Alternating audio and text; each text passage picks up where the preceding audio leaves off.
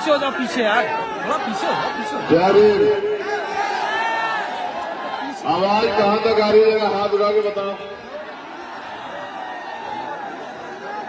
एक समस्या है, जरा गौर से सुन लो। एक समस्या है, आप और मैं जानते हैं कि माननीय अध्यक्ष जी जब बोल रहे थे तो उधर बहन बेटियों को भीड़ की वजह से परेशानी हो रही थी। मैं आपसे आग्रह करूंगा, अगर सच में आप मुझसे सुनना चाहते हैं तो दो रास्ते हैं, एक आपके लिए, एक मेरे लिए। भीड़ ज्यादा है, आपकी संख्या ज्यादा है, जगह कम है, तो मैं आपसे आग्रह करूंगा कि आप अपने स्थान पर बैठ जाए अगर सुनना चाहते हैं। वरना मेरे पे दूसरा रास्ता ये है, दूसरा रास्ता ये आपके लिए, ये रास्ता भी कि आपको कोई नुकसान ना हो, इसकी परवाह करते हुए मैं हाथ जोड़ के जाने की इजाजत चाहूंगा आपसे। आप दोनों में से जो तय करोगे मुझे बता दो, वही रास्ता मैं इख्तियार कर लूंगा। आप भी बैठो नीचे, कोई खड़ा नहीं होगा यहाँ। जैसे कोई खड़ा होगा वैसे ही मैं चला जाऊंगा। मैं तो तभी बात होगी। जाओ, मरने जाओ,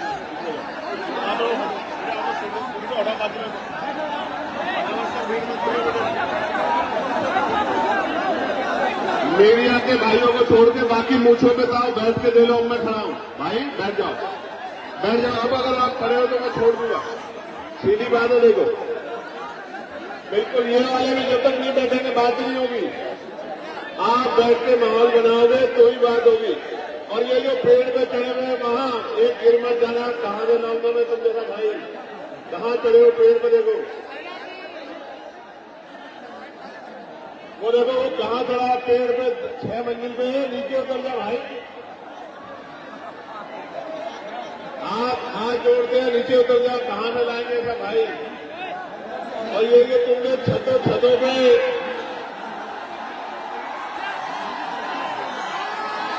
और इधर और उधर तुमने जो ये महफिल आज सजाई है हरदोई में, और आपकी प्रशंसा में शब्द नहीं है हमारे पास। आज बैठ के व्यवस्था करा दो तो बात हो जाए, वरना मीडिया से अपनी बात रख के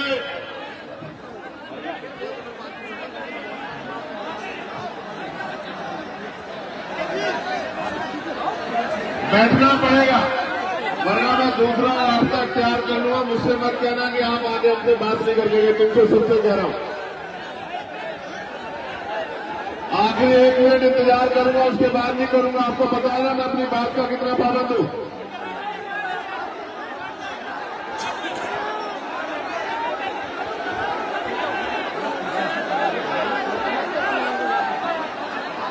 पच्चीस सेकंड बाकी है, 25।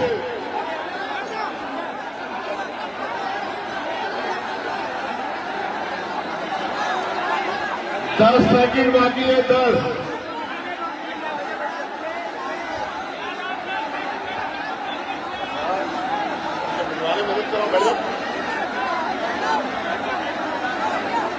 पांच सेकंड बाकी है, 5,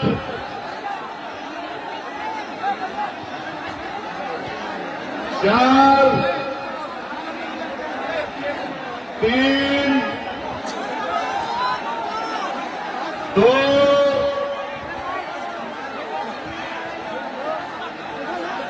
1। चलो आप लोग नहीं बैठ रहे तो मैं आपसे धन्यवाद करता हूं। मैं धन्यवाद तो कर दूं आज के कार्यक्रम के साथियों का जाने से पहले। मैं धन्यवाद करूंगा छोटे भाई और हमारे नेता डॉक्टर कुलदीप भार्गव जी का, जो प्रदेश संयोजक है भीम आर्मी के, छोटे भाई विकास बाबू का, डॉक्टर देव खुर्शीद साहब का, शैलेंद्र राजवंशी जी का, हमारे नेता सौरभ किशोर साहब का, इमरान खान साहब का, अमित गौतम साहब का, अनीश गाजी साहब का, अरविंद राजवंशी जी का, संतोष गौतम जी का, राकेश राजवंशी जी का, विश्वदेव चौधरी जी का, दिनेश गौतम जी का, सुशील गौतम जी का, धर्मेंद्र घोष जी का, सौरभ भारती जी का, राजा राम माथुर जी का, हरेंद्र कुमार जी का, विनोद गौतम जी का, प्रेमचंद प्रधान जी का, संजय रावत जी का, श्री भुरन जी का, रोहित चौधरी जी का धन्यवाद। और मूलचंद आजाद जी का, छोटे भाई करण पासी जी का जो हमारी जिगर का टुकड़ा है यहाँ, सुरेश गौतम जी का, विनोद गौतम जी का, शोभरन लाल जी का, अमन पासी जी का, सनी धानु जी का, अरुण दिवाकर जी का, राजपाल वर्मा जी का, अनिता वर्मा जी का, सचिन राजवंशी जी, प्रेमपाल गौतम जी, धर्मेंद्र गौतम जी, रजनीश गौतम जी, जुबेर पठान जी, मोहनलाल बागमारे जी, मोहनलाल गौतम जी, अवधेश गौतम जी, गंगा सिंह जी, पंकज बोस जी, रितेश पासी जी, हरिओम पासी जी, दिलावर जी, सत्येंद्र गौतम जी, प्रियांशु पासी जी, दिलासा राम जी, बालक राम बलराम गौतम जी, मनोज सांडी जी, शिवराज रावत जी, राहुल गौतम जी, विपिन गौतम जी, देवेंद्र गौतम जी, ओम प्रकाश यादव जी, राम प्रताप जी, श्याम सुंदर दादा जी, अतेश लोधी जी, संदीप वर्मा जी, शमशेर जी, अरविंद पासी जी, राहुल वर्मा जी, नरेश चंद्र गौतम जी, संजीव पासी जी, अनिकेत कानू जी। प्यारे साथियों, मैं मानता हूं जगह कम है और मैं ये भी मानता हूं कि इसमें बैठने में दिक्कत आ रही होगी, लेकिन कुछ तो रास्ता निकालना पड़ेगा ना।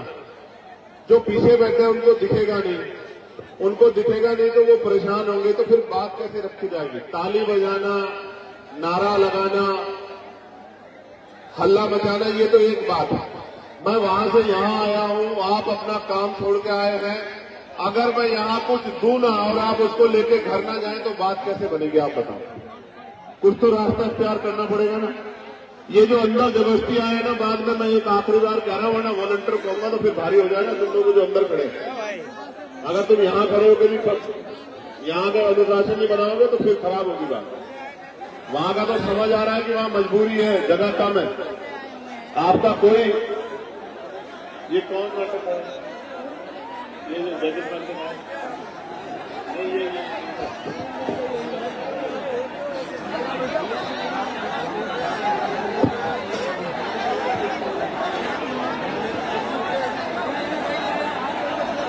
बैठो बच्चों, बैठो, प्यारे भाइयों बैठ जाओ, बैठ जाओ, आज बैठ जाओ। आज के बाद बैठने को नहीं कहूंगा, आज बैठ जाओ। आज के बाद तो आपको बैठने के लिए नहीं, आज के बाद बैठने के लिए, खड़ा होने के लिए कहने आया, इसलिए आज बैठ जाओ। आज नहीं बैठोगे तो आज ही खड़े हो जाओगे तो बिगड़ जाएगा सब। चलो मेरी बात पर गौर करो।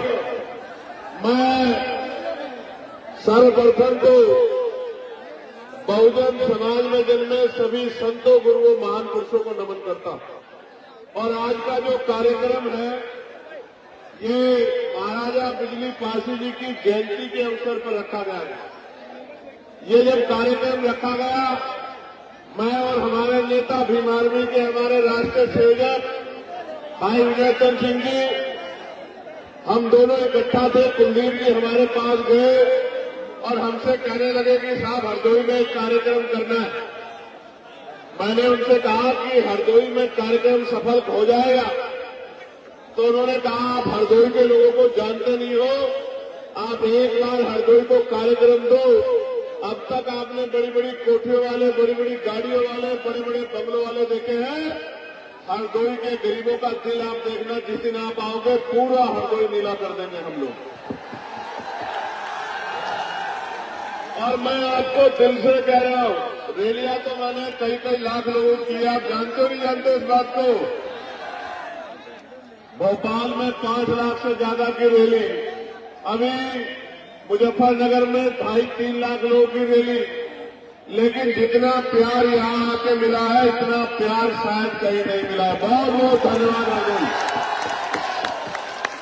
और आपने आज जो प्यार दिखाने का काम किया है, आज हरदोई में खड़े होकर कह रहे हो, इस प्यार को सूद समेत स्वाभिमान सम्मान के जीवन के साथ, हक अधिकार के जीवन के साथ लौटाने का काम करेंगे। मेरी बात को आप याद रखना। प्यारे साथियों, बड़ी शानदार सभा का ऑर्गेनाइजेशन हमारे साथियों ने किया है और विपरीत हालात में किया है। भाई ये नीचे जाओ आप लोग, इसको जो ठीक करो, डिस्टर्ब करेंगे। चलो वॉलंटियर साथी जाओ, क्या वॉलंटियर सब जाओ, ये जो अंदर तुम चले जाओ ना, तुम खड़े हुए यार पत्रकारों के अलावा वॉलंटियर चले जाओ, एक भी आदमी निकल के खड़ा हुआ।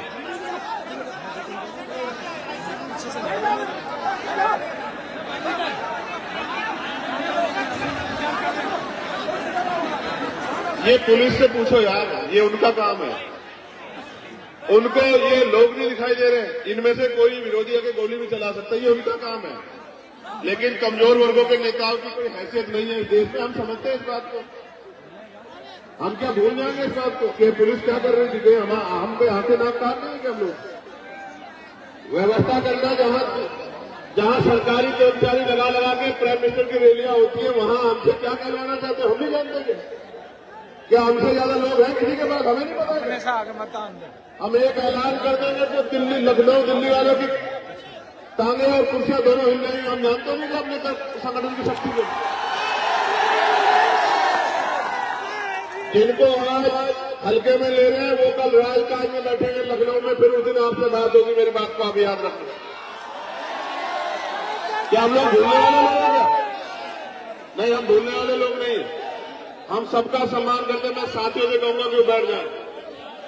बहुत इंपॉर्टेंट बातें करनी है, वो बैठ जाएंगे तभी बात बनेगी, वरना अव्यवस्था बनती रहेगी। कुछ तो ये लोग मदद नहीं कर रहे, कुछ लोग आप ज्यादा उत्साह में, खराब हो रही है चीजें, तो बात करने का फ्लो ही नहीं बन पाएगा, फिर खराब हो जाएगा। फिर तो नमस्ते, सलाम, आदाब, सत श्री अकाल, जय भीम होकर खत्म करना पड़ेगा।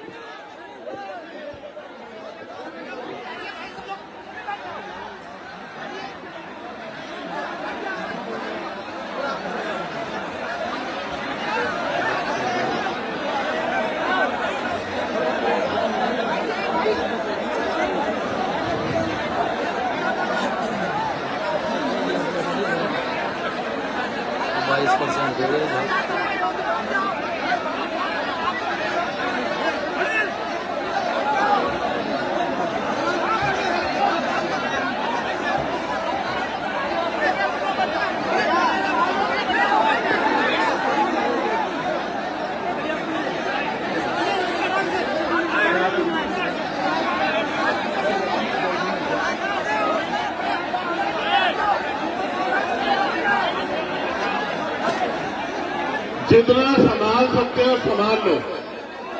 यहाँ की जिम्मेदारी भी आप पे है। मैं तो अचंभित रहा जब मुझे पता लगा कि 3.5 लाख रुपए ग्राउंड के लिए हमारे भाइयों को देने पड़े, एक पैसा जुटा के 3.5 लाख रुपए खर्च करने पड़े।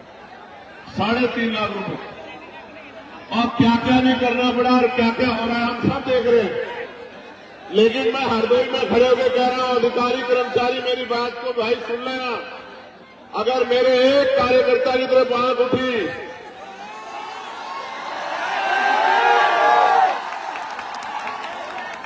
वो सुना था आपने पार्लियामेंट में, मैं सुनाता हूं आपको। मैं कहना नहीं चाहता था क्योंकि उनको मैं इतनी गंभीरता से नहीं लेता, लेकिन मैं ये कहना चाहता हूं कि लोकतंत्र है। अगर मेरे एक कार्यकर्ता की तरफ आंख उठी तो इस बार हरदोई पैदल आऊंगा, मेरी बात को याद रखना। बड़े बिल्डिंग वाले जो सत्ता के साथ बदल जाते हैं, उन नेताजी के कान में बता देना, मुकाबला टिकाऊ लोगों से नहीं है, मुकाबला टिकाऊ लोगों से है। ये बात उनको बता देना जरूर। बेटे ये बस बीच वाली व्यवस्था और करा दो, 15 मिनट में खत्म करूंगा। मैं समझता हूं कि बहुत भीड़ है, ये वाली करा दो बस धन्यवाद हो जाएगा आपका। वो जो वो सामने बस फिर ठीक हो जाएगा। चलिए गौर कीजिए प्यारे साथियों, आज हम लोग हरदोई में एक महत्वपूर्ण अवसर पर और आजाद समाज पार्टी भीम आर्मी के संघर्ष को मजबूत करने के लिए इकट्ठा हुए। और सबसे पहले मैं बात करूंगा उस शासक में जिसका लोहा 12वीं शताब्दी में पूरे देश ने माना था। बिजली जैसी तेजी से जो दुश्मन पर हमला करते थे, पलक झपकते ही स्थान बदल लिया करते थे। एक प्रहार से ही 10-10 लोगों के सर धड़ से अलग कर दिया करते थे। ऐसे महाराजा बिजली पासी को मैं नमन करता। आपने आला उदल जी का नाम सुना होगा, और आला तो गाया भी जाता है, लेकिन आला उदल को हराने वाले महाराजा बिजली पासी के इतिहास को दबा दिया गया, गड्ढा में दबा दिया गया। अवध क्षेत्र में सामंतवादी ताकतों को समाप्त कर सामाजिक न्याय के संकल्प को मजबूत करने वाले, भाईचारा को बढ़ाने वाले 103 दिनों तक लगातार गाजर युद्ध में की भूमि में डटे रहे और विजय प्राप्त की, और राजा जयचंद की 5 गुना सेना को अपने पराक्रम से धूल छटा देने वाले महाराजा बिजली पासी जी को आज हम लोग नमन करते हैं उनके जयंती के अवसर पर। सामान्य साथियों, मैं यहां से शुरू करूंगा कि अभी देश के प्राइम मिनिस्टर लखनऊ रैली में आए थे, जहां प्रेरणा स्थल पर उन्होंने लंबा भाषण दिया। प्रेरणा स्थल पर खड़े होके और महाराजा बिजली पासी का नाम 10 बार लेने का काम किया अपने भाषण में। कितनी बार? 10 बार लेने का काम किया। लेकिन आपको शायद ये नहीं पता है कि जो प्रेरणा स्थल बनाया उसमें महाराजा बिजली पासी की अगर एक शानदार मूर्ति भी लगा देते तो हमारे दिल में भी ठंडक पड़ जाती। अगर लखनऊ को बसाने वाले महाराजा लाखन पासी की मूर्ति लगा देते तो हमारे कलेजे में भी ठंडक पड़ जाती। अगर मां उदयदेव पासी की मूर्ति लगा देते, मदारी पासी की मूर्ति लगा देते, किसानों के मसीहा कहे जाने वाले, किसानों की आवाज बनने वाले उन हमारे महापुरुषों की मूर्तियां लगा देते तो शायद हमें ठंडक पड़ जाती। लेकिन हमारा पेट तो सिर्फ बातों में भरा जा रहा है, और ये आज से नहीं हो रहा है मेरे लोगों, ये आजादी से पहले भी और आजादी के आज बाद भी लंबे समय से बातों से पेट भरा जा रहा। प्यारे साथियों, आप जाकर देखो गांव देहात में आज भी अगर मकान पक्का बन गया है तो प्लस्तर मेरे लोग नहीं करा पाए। ये वो लोग हैं जो राजा महाराजा की जो शास्त्रों की संतानें हैं और आज इस आजाद भारत में गुलामी का जीवन जीने के लिए मजबूर हो रखी है, क्योंकि राजकाज में इनकी हिस्सेदारी नहीं है। प्यारे साथियों, जब 12वीं शताब्दी में आपका झंडा डंडा इतना बुलंद था, तो आज आप इस देश में राजकाज जाने के बाद जुल्म जाति के शिकार इस देश में हो रहे हो। हम लोग उत्तर प्रदेश में हैं, और उत्तर प्रदेश में किस तरह का अन्याय कमजोर वर्गों के लोगों को सहना पड़ रहा है, आपसे छिपाना नहीं। आज यहाँ बहुजन समाज का ये जो बड़ा सा जन समूह इकट्ठा हुआ है, ये दलित, पिछड़े, मुसलमान, आदिवासी, जैन, बौद्ध, ईसाई, अल्पसंख्यक समाज के लोग, ईसाई समाज के लोग बड़े पैमाने पर इकट्ठा हुए। सबके मन में चाहत है कि गुलामी के दिन खत्म होने चाहिए। मैं एक बात आपको बताना चाहता हूं, इस देश में कौन हमारा अपना है, कौन पराया है, किसने हमें क्या दिया है और किसने किसकी वजह से हमें गुलामियों की बेड़ियां सहनी पड़ी है, जब तक मेरा नौजवान नहीं जानेगा तब तक बात आगे नहीं बढ़ेगी। आप याद करो, और मैं जो बात कह रहा हूं आप इसको चेक कर लेना। मैंने पार्लियामेंट में बात कही थी कि हमें जो भी अधिकार मिले हैं वो मांगने से नहीं मिले मेरे लोगों। उन अधिकारों को हमारे महापुरुषों ने अपने 4-4 बच्चों का बलिदान देके छीनने का काम किया, लड़ के लेने का काम किया। मैं इसका एक उदाहरण बताता हूं, बाकी उदाहरण आपको किताबों में पढ़ने हैं। मैं आपको याद दिला देना चाहता हूं कि जब भारत गुलाम था तो गुलाम भारत में 1919 से पहले 3% लोग वोट करते थे। कितने परसेंट लोग? जोर से बताओ, जोर से बताओ। 3% लोग। फिर माउंटेन चेन वोट समिति बनी, उसने कुछ सुधार करने की बात कही, सुधार भी हुए और 3% से बढ़ के 15% लोगों को वोट देने का अधिकार मिल गया। गौर से सुनना, पहले 3% लोग वोट करते थे, फिर 15% हो गए। 3 के बाद जो सुधार हुआ, उस सुधार में ये तय हुआ कि जिनके पास बहुत धन है उनको भी वोट का अधिकार मिलना चाहिए।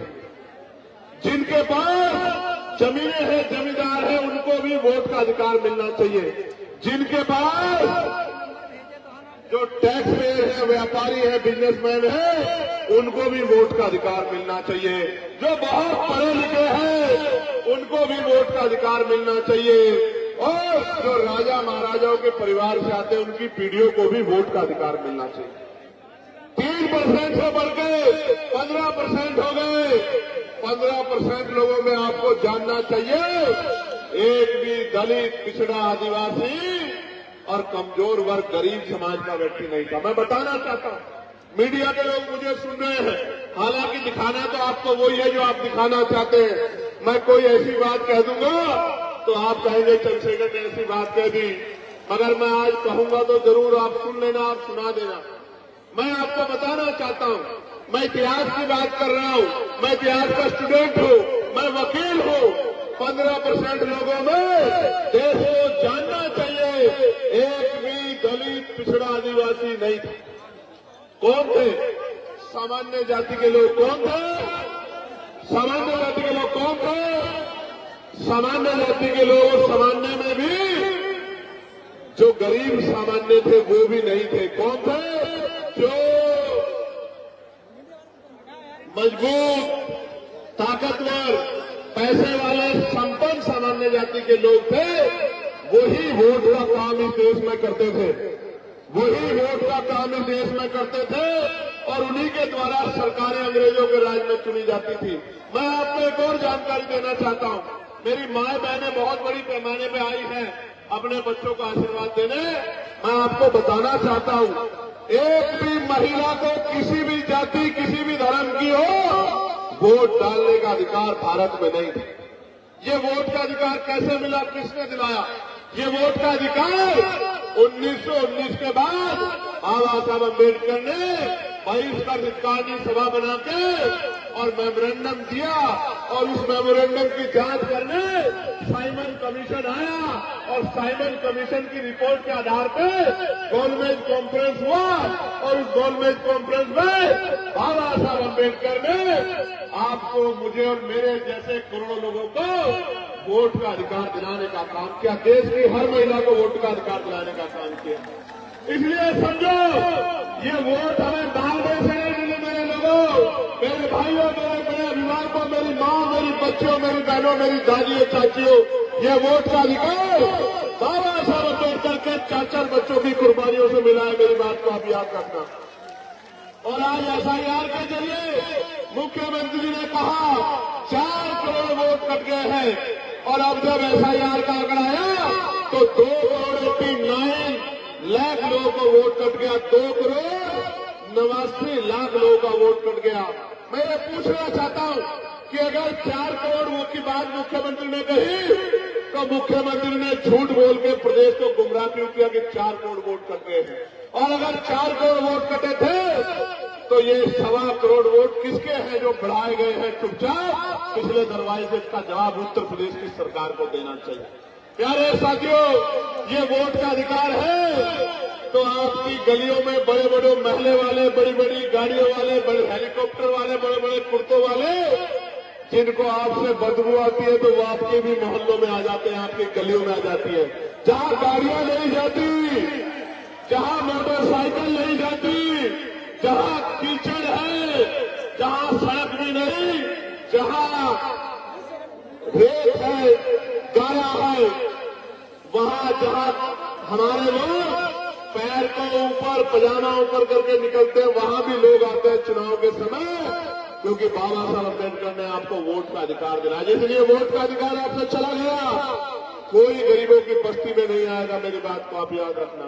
अभी बांग्लादेश में दीपू दास की पीट के हत्या कर दी जला के। मीडिया के लोगों ने बड़ा हल्ला मचाया, मुझसे भी कई मीडिया के लोगों ने कहा, मैंने उस पर अपनी बात भी रखी। मेरा कलेजा छन्नी होता है जब दीपू दास को वहां मारकर जलाया जाता, मेरा कलेजा छन्नी होता है। लेकिन इस भारत के कोने कोने में जब हर जिले में किसी भी दीपू दास को रोज मारा जाता है तो भी मेरा कलेजा छन्नी होता। तब मीडिया का कलेजा छन्नी नहीं होता, कभी नकली नेताओं का कलेजा छन्नी नहीं होता, तब भी मेरा कलेजा छन्नी होता है। आप क्या जानो मेरे दर्द को? ये मीडिया के लोग, ये सरकार के लोग क्या जानेंगे मेरे दर्द को? जब राजस्थान में मटकी छूने पे इंद्र मेघवाल को मारा जाता है, जब मूछे रखने पे जितेंद्र मेघवाल को मारा जाता है, जब ओम प्रकाश रहकर फांसी लगा लेता है, जब पूरे प्रदेश में, उत्तर प्रदेश में मेरी बच्चियों को नोचा जाता है, उनके कपड़े फाड़े जाते हैं, तो मेरा कलेजा छल्ली होता है। तो मैं क्या बता मेरे दर्द का? जिस दिन चंद्रशेखर आजाद इन गरीबों की ताकत से आगे बढ़ गया, किसी गुंडे की हिम्मत नहीं होगी मेरी बच्ची की तरफ हाथ उठा के देख ले। याद रखना मेरी बात। अभी तो मौसम बदल रहा है, अभी मौसम बदल रहा है, तो ये मुझसे कहते हैं आप बोलते नहीं हो, बोलते नहीं। मैं तो रोज बोलता, मैं जानता अगर कहीं किसी में अन्याय होगा तो भीम आर्मी के लोग बोलेंगे, आजाद समाज पार्टी के लोग बोलेंगे। लेकिन मैं आपसे जानना चाहता हूं, जब आप भूखे सोते हो तो क्या किसी महल वाले का दुख होता है क्या? जब आप प्यासे सोते हो, प्यासे रहते हो, किसी बड़ी गाड़ी वाले को दर्द होता है क्या मेरे लोगों? जब आपकी जेब में पैसे नहीं होते और आपको सामान खरीदना होता है, बाजार में निकलते हो, पेट में हाथ भर के वापस आ जाते हो, अपने सपनों को तोड़ देते हो, क्या किसी पैसे वाले को, किसी नेता को दर्द होता है क्या? दर्द होता है तो आपके भाई भीम आर्मी के एक सिपाही को दर्द होता है, आजाद समाज पार्टी के एक सिपाही को दर्द होता है। कब तक इस आजाद भारत में ये मेरा शासक समाज कब तक गुलामी का जीवन जिएगा? ये फैसला हमें आज नहीं तो कल करना होगा। आप उठा के देखो, जो मेरा कलेजा पूछना चाहते थे, जो पूछना चाहते थे चंद्रशेखर क्यों कम बोलते हैं ऐसे मामलों में, मैं उनको पूछना चाहता हूं। एनसीआरबी का डाटा कहता है कि लाखों महिलाओं के साथ रेप हत्याएं होती है। आप जाति का डिडोरा लेके घूमते हो, मैं गारंटी देके कहता हूं 90% बच्चियां SC, ST, OBC और माइनॉरिटी समाज की हैं। आप उठा के देख लो। तो तब इस मीडिया का कलेजा छन्नी क्यों नहीं होता? तब इस सरकारों का कलेजा छन्नी क्यों नहीं होता? जब कुर्सी में बैठ के और अपराधियों को बचाने का काम करते हो तब आपका कलेजा छन्नी क्यों नहीं होता? प्यारे साथियों, हरदोई लंबे समय से राजनीतिक कमजोरी बहुजन समाज के लिए बनी हुई है, लेकिन मैं आज की शक्ति को देख के कह सकता हूं, मैं सोचता था, मैं माफी चाह रहा हूं, मैं झूठ नहीं बोल पाता। मैं सोचता था पश्चिम में आंदोलन मजबूत है, मैं ऐलान करके कह सकता हूं कि इस मिट्टी पे आंदोलन सबसे ज्यादा मजबूत है। मैं दिल से धन्यवाद करता हूं। प्यारे साथियों, आप ये बताओ, जब तक आपकी जेब में पैसा नहीं आएगा, गौर से सुनना मेरी बात, जब तक मेरे भाइयों, जहां तक आवाज जा रही है, जहां जिस हालात में उसी में सुन लो, क्योंकि अगर एक दूसरे को बिठाने के चक्कर में पड़ोगे तो चीजें खराब हो जाएगी। आपको अगर सुई भी लगेगी तो मेरा कलेजा छत्ती होगा, आप मेरी पीड़ा को समझो। मैं आपको पूछना चाहता हूं, जब तक इस नौजवान की जेब में पैसा नहीं आएगा, जब तक पढ़े लिखे नौजवान को नौकरी रोजगार नहीं मिलेगा, आप बताओ हमारे हालात कैसे बदलेंगे? बताओ, क्या बदल सकती है? देखो मेरी बात पर गौर करो। आजाद भारत है ना, सबको बराबर के अधिकार कहता है ना संविधान, अवसर की क्षमता है ना। मेरी माँ यहां बैठी है, मेरी माँ हाथ उठा के बता दें, अगर जिन माओं ने हवाई जहाज का सफर किया हो, जरा एक बार हाथ उठा के मुझे दिखा दें। क्यों, क्या मेरी मां को हवाई जहाज का सफर करने के लिए अवसर नहीं मिलना चाहिए क्या? क्यों नहीं मिल रहा आपको पता है? ये हवाई जहाज, ये हेलीकॉप्टर, ये अमीरों के जेब का सामान है, गरीबों के जेब का नहीं। समय बदलेगा, समय बदलेगा, मेरी बात को याद रखना। जो आज तक ट्रेन के डब्बे में नहीं चढ़ी एसी वाले में, उस अपनी माँ को, बहन को हेलीकॉप्टर, हवाई जहाज में बिठाने का, उसको सम्मान दिलाने का काम उनके बच्चे करेंगे। मेरी बात को अपना। लेकिन मैं पहली बार नौजवानों से कर रहा था, मैं नौजवानों से पूछना चाहता हूं, जब धीरे धीरे आरक्षण खत्म हो जाएगा, सरकारी नौकरियां खत्म हो जाएगी, तो आरक्षण स्वतः खत्म हो जाएगा, तो इस देश में जहां इतनी गैर बराबरी जाति धर्म के नाम पे, तो आप गरीबों को कुर्सी पे कौन बैठने देगा? इसलिए मैं पार्लियामेंट में बिल लेके आया कि निजी क्षेत्रों में आरक्षण व्यवस्था लागू होनी चाहिए। आप बताओ, होनी चाहिए नहीं होनी चाहिए? जोर से बताओ, होनी चाहिए नहीं होनी चाहिए? तो अगर आप मानते होनी चाहिए, तो अब आप जनवरी के बाद तैयार हो जाना। हम लोग निजी क्षेत्रों में SC, ST, OBC के लोगों को आरक्षण मिले, इसके लिए हम लोग पूरे प्रदेश में यात्रा करने का काम करेंगे। तैयार होनी, तैयार हो? बताओ। और सुनो, जितना बैकलॉग बाकी है उसको हम लोग भरवाने का काम करेंगे। मेरी बात को आप याद रखना। जब राजकाज बनेगा, बड़े बड़े हाईवे बनते हैं, बड़े बड़े मॉल बनते हैं, जमीन अधिग्रहण की जाती है, मैं आपको विश्वास दिला के कहना चाहता हूं, जैसे आज की सरकार ने बिहार में 1 रुपया लीज पे 100 साल के लिए 1 एकड़ जमीन और हजारों एकड़ जमीन अडानी साहब को देने का काम किया है, तो मेरे अडानी तो आप ही हो। मैं आपको विश्वास दिलाता हूं, राजकाज बनेगा, जिस गरीब पे जमीन नहीं है उसको हम लोग एक्वायर करके जमीन दिलाने का काम करेंगे। मेरी बात को आप याद रखें। यानी कि हर परिवार को रोजगार से जोड़ने का काम करेंगे। मैं तो पार्लियामेंट में आशा बहनों की वेतन वृद्धि, आंगनबाड़ी बहनों की वेतन वृद्धि, भोजन माताओं की वेतन वृद्धि, शिक्षा मित्रों की वेतन वृद्धि, अनुदेशकों की वेतन वृद्धि, PRD के जवानों की वेतन वृद्धि, होमगार्ड भाइयों की वेतन वृद्धि, पंचायत सहायकों की वेतन वृद्धि, चौकीदार भाइयों की वेतन वृद्धि, सबके लिए मैं पार्लियामेंट में आवाज उठाने का काम करता हूं। और पुलिस के जो भाई हैं, इनको 8 घंटे की ड्यूटी मिले, सप्ताह में 1 दिन छुट्टी मिले, बॉर्डर स्कीम खत्म हो, वेतन विसंख्या दूर हो, बीएड के भाइयों को, जो बीएड करे भाई हैं, उनको अध्यापक की नौकरी मिले, BTC के भाइयों बहनों को नौकरी मिले, इसके लिए मैं पार्लियामेंट में लगातार आवाज उठाता हूं। लेकिन जब हमारी संख्या कम है, जब मैं आवाज उठाता हूं, तो वो सोचते हैं इस आवाज को दबा दिया जाए। कोई अधिकारी मुझे फोन करके कहता है कि आपकी संस्था छीन लेंगे। मैं उनसे यही कहता हूं हाथ जोड़ के कि वोट का अधिकार बाबा साहब ने दिया था और वोट देके इन लोगों ने पार्लियामेंट में भेजा है। वोट देके कामयाब बनाना या कमजोर करना वो इनके हाथ में है। इनको फैसला करना है कि ये क्या चाहते हैं। आप ये बताओ, आजाद समाज पार्टी को मजबूत होना चाहिए नहीं होना चाहिए? बताओ। आजाद समाज पार्टी की ताकत बननी चाहिए नहीं बननी चाहिए? देखो आज किस तरह के दिन आ गए हैं कि मध्य प्रदेश में संविधान निर्माता बाबा साहब अम्बेडकर का पुतला जलाया जा रहा है। क्या ये तकलीफ दे है या नहीं, ये बताओ? क्या हमारे सीने में आग लगनी चाहिए नहीं लगनी चाहिए? मैंने सरकार को चैलेंज किया है कि अगर 72 घंटे में उन पर अपराधियों पर कार्रवाई नहीं हुई तो मैं पैदल ही ग्वालियर के लिए निकलूंगा और किसी कीमत पे पीछे हटने वाला नहीं हूं, क्योंकि हम अपने महापुरुषों का अपमान किसी भी कीमत पर नहीं सहेंगे। प्यारे साथियों, लड़ाई गंभीर है, समय कम है, काम ज्यादा है, नौजवानों की तरफ देश देख रहा है। एक वो लड़ाई थी जो आजादी का संघर्ष था, जो शहीद आजम सरदार भगत सिंह जी ने, पंडित चंद्रशेखर आजाद जी ने, सुखदेव जी ने, तमाम हमारे क्रांतिकारियों ने लड़ने का काम किया। और एक और तीसरी आजादी का संघर्ष, अधिकारों का संघर्ष अब भीम आर्मी आजाद समाज पार्टी के नेतृत्व में शुरू होने वाला है।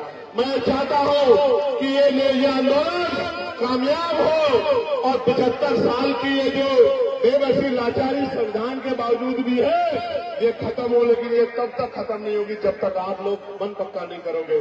बताओ, मेहनत करोगे नहीं करोगे? घर घर निकल के बूथ कमेटी बनाओगे नहीं बनाओगे? मेरी बात को घर घर तक पहुंचाओगे नहीं पहुंचाओगे? अपने संगठन को मजबूत करोगे झंडे डंडे को घर तक पहुंचाओगे नहीं पहुंचाओगे? भाईचारा बनाए बगैर हम लोग कामयाब नहीं हो सकते, इस बात को आप समझो। अगर भाईचारा नहीं बनेगा बहुजन समाज में तो लड़ाई आगे नहीं बढ़ेगी। भाईचारा बनाओगे नहीं बनाओगे बताओ? मेरी बात पे गौर करो मेरे नौजवान साथियों। हमारी माए हमारा पेट पालने के लिए तमाम तरह के प्रयास करते हैं। कोई फैक्ट्री में काम करती है, कोई घर की सफाई करती है, कोई खेत में काम करती है। मेरे दिल में ये तकलीफ होती है कि जिन माओं को जो है इज्जत सम्मान की जिंदगी मिलनी चाहिए थी, उनको हम मिला नहीं पा रहे। मैं आपको विश्वास दिलाता हूं, आपके क्षेत्रों में उद्योग धंधे लगाकर राजकाज बनने के बाद माओं को घर तक रोजगार दिलाने का काम किया जाएगा। इस बात का मैं आपको विश्वास दिलाता हूं। नौजवान भाइयों को रोजगार दिलाने का काम किया जाएगा। पुरानी पेंशन को बहाल कराने का काम किया जाएगा। SC ST OBC के कर्मचारियों को प्रमोशन में रिजर्वेशन दिलाने का काम किया जाएगा और गरीबों के आंसू पोंछने का काम किया जाएगा। लेकिन ये तभी संभव है जब आप सड़कों पे, तो मैं आपकी क्षमता को देखता हूं, मोटरसाइकिल दौड़ाते हैं खूब। मैं डरता हूं किसी को चोट ना लग जाए। कोई मां ये ना कहे कि मेरे बच्चे को चोट लग गई, मेरे भाई को चोट लगी, मुझे तकलीफ होगी। लेकिन मैं आपसे आग्रह करता हूं, बहुत समझदारी से आया जाया करो। हमारे महापुरुषों ने अपने बच्चों का बलिदान हम लोगों को इज्जत की जिंदगी दिलाने के लिए किया है। अगर आप लोग डटोगे नहीं तो बात आगे नहीं बढ़ेगी। ये जो नीला पटका पहन के ये जो नीली फौज बैठी है, जरा लाना वो बात जरा उठेगी।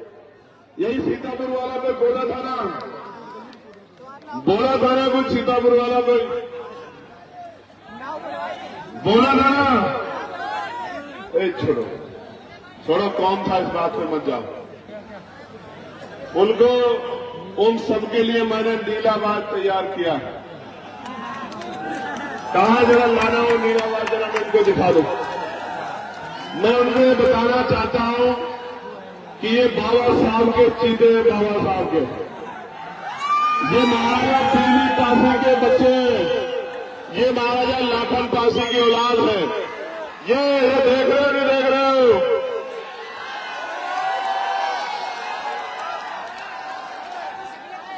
ये बाजी सोने नहीं देगा उन लोगों को रात में, मेरी बात को आप याद रखना। और बाज के साथ साथ मजबूत नेता भी तैयार किए हैं। भीम आर्मी ने किए नहीं किए बताओ? मेरी तो बहुत बड़ी इच्छा है, मैं इसको अपने नेता को इस बार नेतृत्व करते देखना चाहता हूं। मैं पार्टी में इनकी सिफारिश करूंगा कि पार्टी इनको मौका दे और मैं भी इनके चुनाव में यहाँ काम करने के लिए आऊं और हमारा शहर विधानसभा जाए। मेरी तो दिली इच्छा इस बार ये है। लेकिन ये तभी संभव होगा जब आप लोग मेहनत करोगे नहीं करोगे? यहाँ से जाके काम करोगे नहीं करोगे? बूथ कमेटी बनाओगे नहीं बनाओगे? भाईचारा कमेटी बनाओगे नहीं बनाओगे? घर घर जाकर मेरी बात को पहुंचाओगे नहीं पहुंचाओगे? अन्याय के खिलाफ लड़ाई लड़ोगे नहीं लड़ोगे?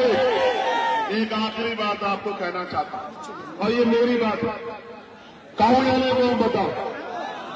जब आप दोनों हाथ उठाओगे तभी कहूंगा, इससे पहले नहीं कहूंगा। अभी दोनों हाथ नहीं उठ रहे सब लोग,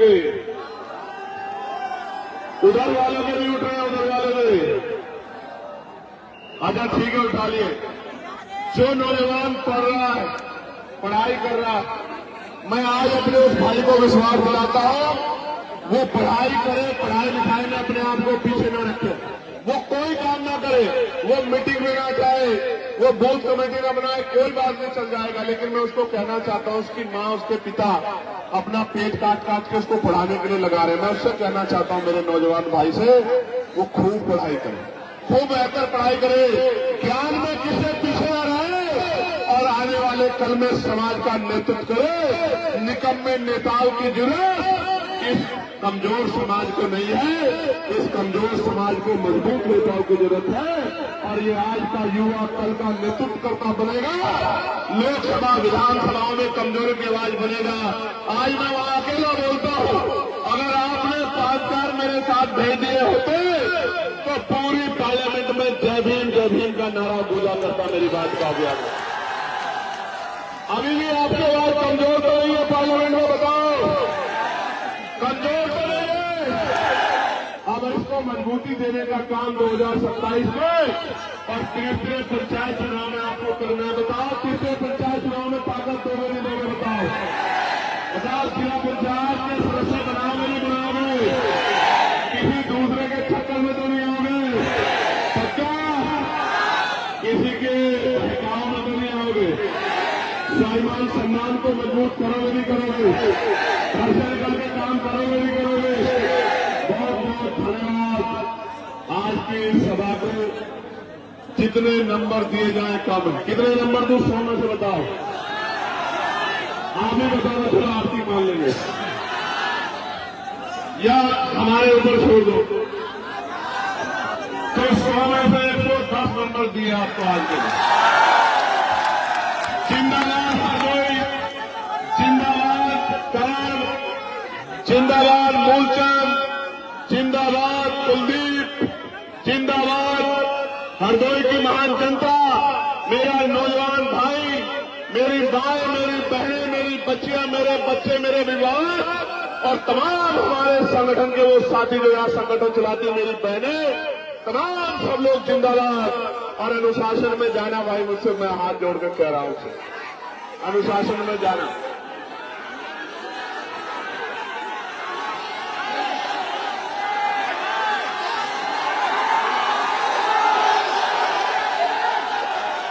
मेरी मुंह सूची तब रहेगी, सुनो, मेरी मुंह सूची तब रहेगी जब आपके घर भी महलों वालों के घरों जैसे हो जाएंगे। मेरी मुंह से खुली शुरू होगा जब आपके घर के सामने भी 4 पहियों की गाड़ी खड़ी होगी, जब आपकी जेब में भी, आपके कार्ड में भी पैसा होगा और आप अपने सपने पूरे कर पाओगे, मेरी बहनों के माओ के सपने पूरे कर पाओगे। मेरी मुंह से भी ऊंची हो जाएगी, मेरा जीवन सफल भी हो जाएगा। मेरी बात को आप याद रखना। सुनो, गोली से मरने वाला नहीं हो, मेरी बात को याद रखना। दुश्मनों को कहो कोई और हथियार बनवाए। एक बार पैदा होता है आदमी, एक बार मरता है, कोई और हथियार बनाए। दुश्मन की गोली से मरने वाला नहीं हो। बाबा साहब का सिपाही हूं, बाबा साहब का बेटा हूं, याद रखना मेरी बात। और लाखों माँ बहनों का आशीर्वाद लेके, अपने बड़ों का, बुजुर्गों का आशीर्वाद सर पे लेके चलता हूं।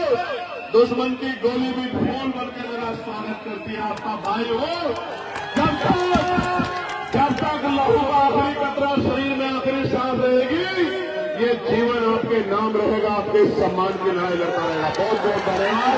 जय हिंद, जय भारत। मेरे साथ नारा लगाओ।